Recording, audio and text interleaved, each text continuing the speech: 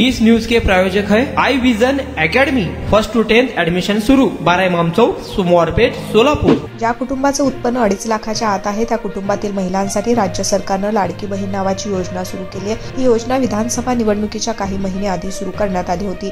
राज्य सरकारची ही एक महत्त्वाकांक्षी योजना आहे। या योजनेअंतर्गत दर महिन्याला लाभार्थी महिलांच्या बँक खात्यात 1,500 रुपये जमा करण्यात येतात। या दरम्यान विधानसभा निवडणुकीच्या प्रचारावेळी महायुतीच्या नेत्यांकडून लाभार्थी महिलांना मिळणाऱ्या पैशांमध्ये वाढ करून 2100 रुपये देऊ अशी घोषणा देखील करण्यात आली।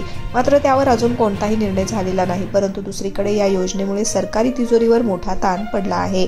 मात्र नवभारत टाइम्सने दिलेल्या वृत्तानुसार अजूनही 1,10,00,000 महिलांची केवायसी बाकी आहे। केवायसी जर वेळेत झाली नाही तर आपल्याला पैसे भेटणार नाही याचं टेन्शन या बहिणींना आहे।